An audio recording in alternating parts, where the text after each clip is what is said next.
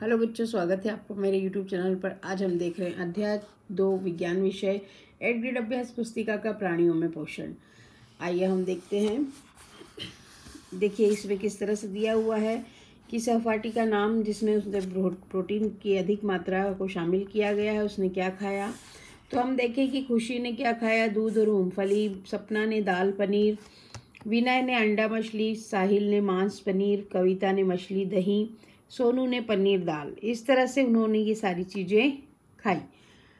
आइए, आहार को मुख गुहा से अंदर लेने की प्रक्रिया अंतर्ग्रहण कहलाती है। स्वाद का पता लगाने के लिए जीभ पर स्वाद कलिकाएं होती है। आमाशय एक हाइड्रोक्लोरिक अम्ल का स्रावन करता है, स्रावित करती है। शरीर की सबसे बड़ी ग्रंथि पित्तरस का स्रावन, और क्षुद्रांश में दीर्घरोम पाए जाते हैं। मनुष्य में सेलुलोज का पाचन नहीं होता क्योंकि मनुष्य में पाचन तंत्र में सेलुलोज को पचाने वाले सूक्ष्मजीव नहीं पाए जाते। चीरने फाड़ने वाले दांत कहलाते हैं, रत्नक कहलाते हैं। पित्तरस कहाँ बनता है? पित्तरस पित्ताशय में बनता है। मनुष्य की क्षुद्रांत की लंबाई 7.5 मीटर होती है। मानव पोषण के विभिन्न चरणों को क्रमबद्ध कीजिए।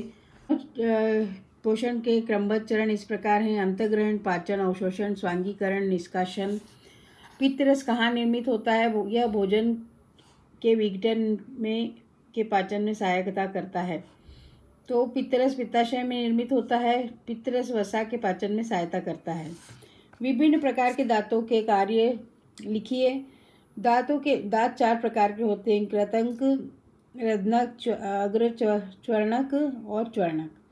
इनके कार्य निम्न प्रकार से हैं। कृतंक काटने के लिए, रत्नक फाड़ने के लिए,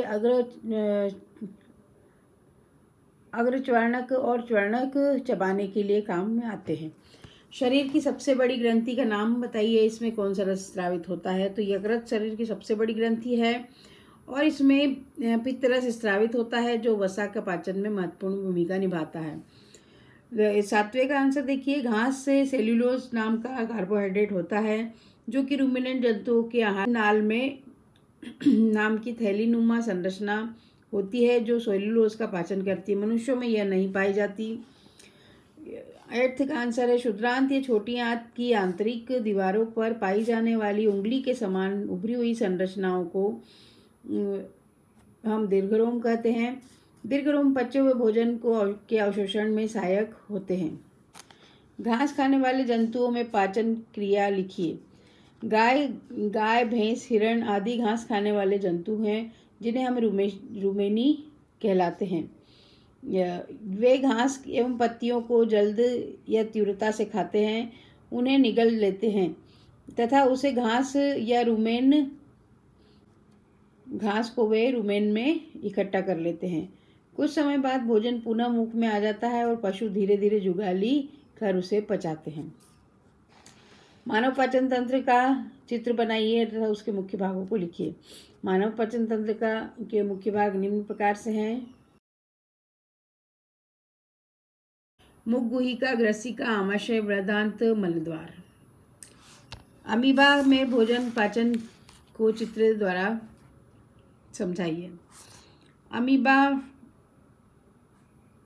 अमीबा में पदार्थ के द्वारा भोजन अंतर्ग्रहण करता है जो खाद्य धानी में फंस जाता है। इसी में पाचन रस स्रावन होता है और खाद्य पदार्थों को सरल पदार्थों में बदल देता है। पचा हुआ भोजन धीरे धीरे अवशोषित हो जाता है। ये देखिए इस तरह से चित्र से दिया गया है कि ये अमीबा।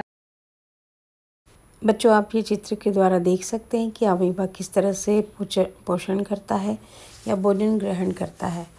इस चित्र से अच्छे से समझिए और इसी तरह से आप अच्छे से सुंदर से चित्र बनाइए जिससे कि आपकी मार्किंग अच्छे से हो सके। के जो उत्पाद हैं वो इस तरह से उभर आते हैं। भोजन के आसपास इस तरह से सर्कल बनाते हैं और इस तरह से पूरा उसको अंदर कर लेते हैं। इसके बाद इसी में भोजन का पाचन हो जाता है। अंतर्ग्रहण और स्वांगीकरण। मुंह के माध्यम से शरीर में भोजन ग्रहण करने की प्रक्रिया अंतर्ग्रहण कहलाती है। अवशोषित भोजन को प्रत्येक कोशिका के साथ साथ ऊतक तक पहुंचाने की क्रिया स्वांगीकरण कहलाती है। प्राणायाम क्यों आवश्यक है?